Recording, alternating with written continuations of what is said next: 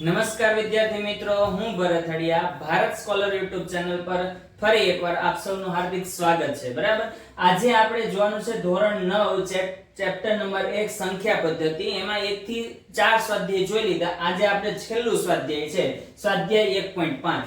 હવે એ સ્વાધ્યાય આખું છે ને કિંમત શોધવા ઉપર છે. એકદમ સરળ છે.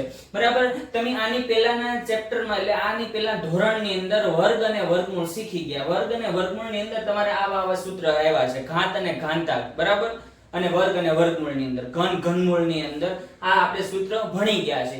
ઈ સૂત્રનો ઉપયોગ કરીને જ આપણે અત્યારના દાખલા ગણવાના છે. એકદમ સહેલું છે, ધ્યાન આપજો. સૂત્ર જોઈએ. પહેલું સૂત્ર છે a ની m ઘાત ગુણ્યા a ની n ઘાત. જ્યારે આધાર સરખા હોય અને જો ગુણાકારની નિશાની હોય તો ઘાતના શું થાય? સરવાળા થાય. બરાબર, જો ફરી બોલું છું, આધાર સરખા અને ગુણાકાર હોય તો ઘાતની શું થાય? સરવાળા થાય. તો a ની m ઘાત પ્લસ n ઘાત થાય. બરાબર, પછી બીજું સૂત્ર છે a ની m ઘાત આખા કૌંસની n ઘાત. જ્યારે કૌંસની અંદરય ઘાત હોય ને કૌંસની બહારય ઘાત હોય તો બંને ઘાત અને ઘાતાંકનો શું થાય? ગુણાકાર થાય. આપણે આવું ભણતા હતા, ઘાત અને ઘાતાંકનો ગુણાકાર થાય. તો a ની m ઘાત એટલે a અને n નો શું થાય? ગુણાકાર થાય. બરાબર, પછી બીજું ત્રીજા નંબરનું સૂત્ર છે a ની m ઘાત છેદમાં a ની n ઘાત. આ બંને છે ને એકબીજાના છેદ, અંશ અને છેદમાં. અંશ અને છેદ એટલે ભાગાકારના રૂપમાં છે. બરાબર, તો આપણે એમ કહી શકાય આધાર સરખા હોય અને ભાગાકાર હોય. સાંભળજો, ફરીવાર કહું છું, આધાર સરખા હોય અને ભાગાકાર હોય તો ઘાતની બાદબાકી થાય. બરાબર, તો જો આધાર સરખા છે, a બંને બાજુ ઉપર નીચે a છે, તો ઘાતની શું કરવાની? બાદબાકી. તો m - n થાય. બરાબર, પછી 4 નંબરનું સૂત્ર શું છે? a ની m ઘાત b ની m ઘાત. જ્યારે બે ગુણક આપેલા હોય ને બંનેની ઘાત કેવી હોય? સરખી હોય. સાંભળી લેજો, બે ગુણક આપેલા હોય અને m ની ઘાત સરખી હોય તો બંને ગુણકનો ગુણાકાર કરી અને ઘાત સિંગલ કરી શકાય. તો જો a ગુણ્યા b આખાની શું થઈ ગઈ? m ઘાત થઈ ગઈ.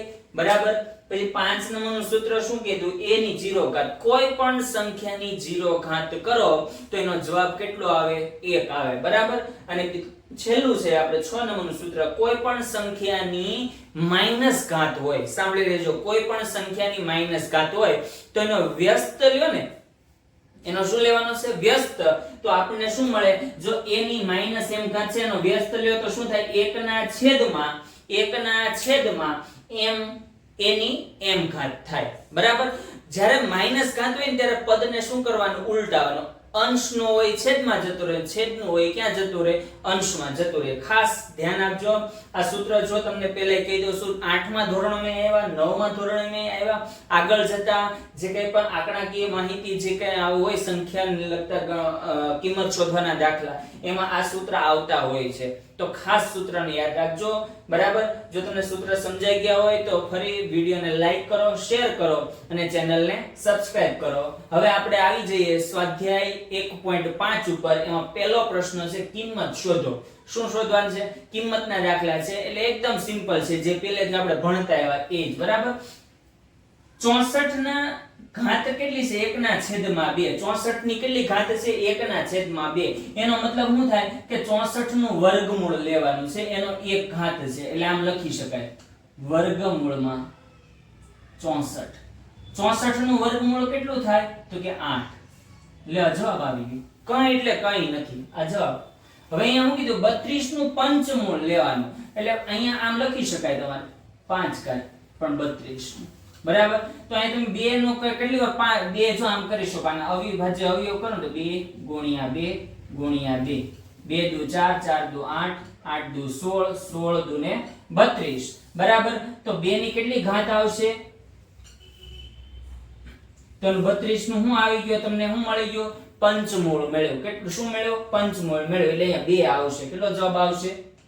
2 આવે. સમજ પડે છે? અહીંયા છે 125 નું ઘનમૂળ લેવાનું છે. 125 નું શું લેવાનું છે? ઘનમૂળ.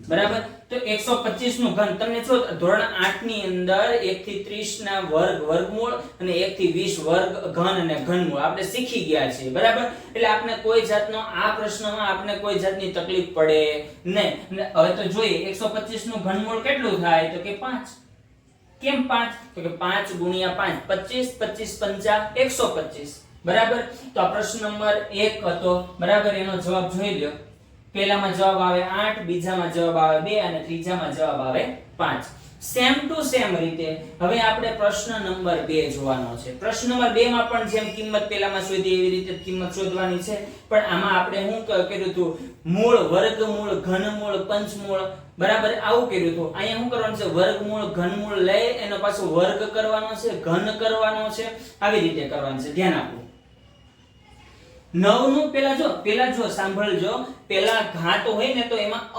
અંશ વાળાનું પછી આવે પેલા છેદ વાળાનું લેવાનું 9 ની કેટલી ઘાત છે 3 ના છેદમાં 2 તો પેલા 2 નો વારો લેવાનો પછી 3 નો લેવાનો 2 છેદમાં છે એનો મતલબ એમ કે 9 નું શું લેવાનું છે વર્ગમૂળ 9 નું વર્ગમૂળ કેટલું થાય 3 બરાબર 9 નું વર્ગમૂળ 3 થાય એ બરાબર તો હવે એનો શું લેવાનો છે ઘન લેવાનો છે બરાબર પેલા 9 નું વર્ગમૂળ લીધું એટલે 3 આવ્યો પછી આપણે 3 નો ઘન કેટલો થાય તો કે 27 આ તમારું શું આવી ગયું જવાબ આવી બરાબર અહીંયા 32 નું પંચમૂળ લ્યો અને પછી એનો વર્ગ કરો 32 નું પંચમૂળ અહીંયા આપ્યું આપણે જોયું કેટલું આવે તો કે 2 એનો શું કરવાનો વર્ગ કરવાનો તેનો વર્ગ કેમ વર્ગ તો કે જો છેદમાં છે ને એનું પહેલા આપવાનું તો 32 ના અહીંયા કેટલા છે 5 5 નું 5 એટલે પંચમૂળ 32 નું પંચમૂળ કેટલું 5 સોરી 2 બરાબર 2 નો શું કરવાનો છે હવે વર્ગ તો જો 2 નો વર્ગ કેટલો થશે તો કે 4 એકદમ સહેલો છે કઈ એટલે કઈ લેવાનું નથી બરાબર 16 નું ચતુર્થ મૂળ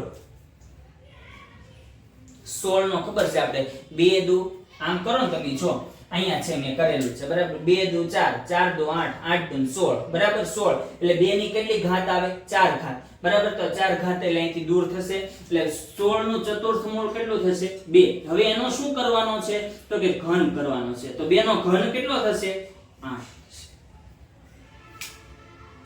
ફરી એકવાર કહું છું તમારે દાખલા જે આંકડાકીય દાખલા છે બરાબર અંક ગણિત કહેવાય બરાબર અંક ગણિતમાં પાવરફુલ બનવા માટે તમારે ઘડિયા આવડતા હોવા જોઈએ સાદા ભાગાકાર ગુણાકાર પોઈન્ટ વાળા ની બધું આવડતું હોવું જોઈએ બરાબર તો ત્યારે જઈને આપણું ગણિત એકદમ પાવરફુલ થતું હોય છે બેઝ આખો ગણિતનો પાયો જ અંક ગણિત છે પછી શરૂઆત આપણે કરી તમને ખ્યાલ જ છે કે ધોરણ 5 થી લઈને પછી નાના કોયડા પછી સરવાળા બાદબાકી ભાગાકાર ને પછી આગળ જતા સાબિતીના દાખલા ને એવા આવે પણ શરૂઆત ક્યાંથી કરી તો અંક ગણિતથી જ કરેલી છે બરાબર તો અંક ગણિત તમારું કેવું હોવું જોઈએ એકદમ મજબૂત હોવું જોઈએ બરાબર હવે આનો એક છેલ્લો દાખલો છે અહીંયા તો અહીંયા ધ્યાન આપજો આ દાખલામાં 125 નું ઘનમૂળ અહીંયા આપણે જોયું હતું 125 નું ઘનમૂળ કેટલું આવતું હતું 5 જો આ દાખલો સેમ છે પણ અહીંયા ઘાત કેવી છે માઈનસ છે અહીંયા ઘાત કેવી છે પ્લસ છે બસ આટલો ડિફરન્સ છે તો અહીંયા ઘાત 5 નું શું લેવાનું પેલા ઘન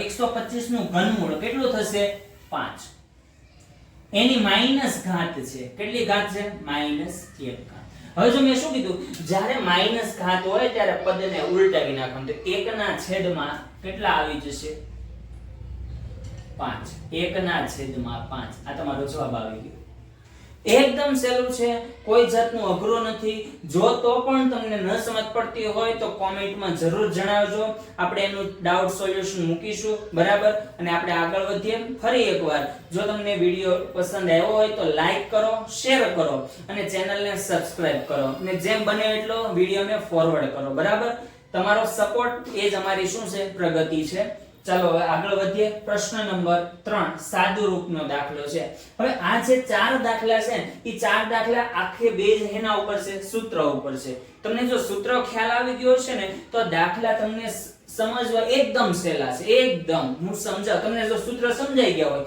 તો દાખલા મારે તમને કરાવવાની જરૂર પડે એવું નથી કેમ કે બંને સેમ જ છે બરાબર તેમ છતાં આપણે આગળ જોઈએ ચાલો ધ્યાન આપો અહીંયા હવે આપણે શું સૂત્રમાં ભણ્યું જો આધાર સરખા હોય અને ગુણાકાર હોય તો ઘાતના શું થાય સરવાળા થાય બરાબર તો જોઈ લો આધાર સરખા છે છે 2 2 છે ને આધાર, તો એની ઘાતો હોય ને એના શું થાય?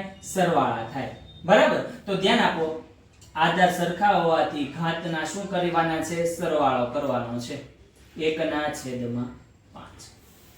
બરાબર? હવે અહીંયા ચોકડી ગુણાકાર કરો એટલે 5 દુ 10 થશે, એટલે 2 અહીંયા કેટલા આવશે? 10 પ્લસ 3 એકા 3 અને છેદમાં બંનેનો ગુણાકાર 5 તેરી ને 15. બરાબર? તો આનો જવાબ કેટલો આવશે? જો જોઈએ અહીંયા તો 2/13/15 આવે છે ને? દેખાય છે ને? બરાબર? જોઈ લેજો, દેખાતું ન હોય તો કહેજો. બરાબર? ચાલો હવે ધ્યાન આપો અહીંયા. હવે આ સૂત્ર છે ઘાત, આખા કૌંસની અંદર ઘાતો હોય. બરાબર? તો ઘાત અને ઘાતનો શું થાય? ગુણાકાર થાય. બરાબર? તો અહીંયા ધ્યાન આપજો. અહીંયા શું થાય? 1 ની કેટલી ઘાત થાય? 7 ઘાત થાય. 3 + 21. બરાબર? તો 3 ની કેટલી ઘાત થશે? 21 થશે. બરાબર? તો એનો ફાઇનલ જવાબ શું આવશે? 1/3/21 ઘાત. હાલો, તમારો ફાઇનલ જવાબ આવી ગયો. એકદમ સહેલું છે, કાંઈ મૂંઝાવા જેવું છે જ નહીં. અને આ જે આવડતું છે ને તો તમને 10મું એકદમ સહેલું લાગશે, એકદમ સરળ લાગશે. બરાબર? અને ગણિતનો ઉપયોગ આગળ જતા પણ ભવિષ્યમાં ગણિતનો ઉપયોગ થાય જ છે. અત્યારે AI આવી ગયું, ખબર? AI, artificial intelligence. તો એમાં પણ શીખવા માટે ઘણા એમ કહે છે કે એમાં કોડિંગ આવે. કોડિંગ નો આવે, એમાં મેથ્સનો ઉપયોગ થાય છે, ગણિતનો ઉપયોગ થાય છે.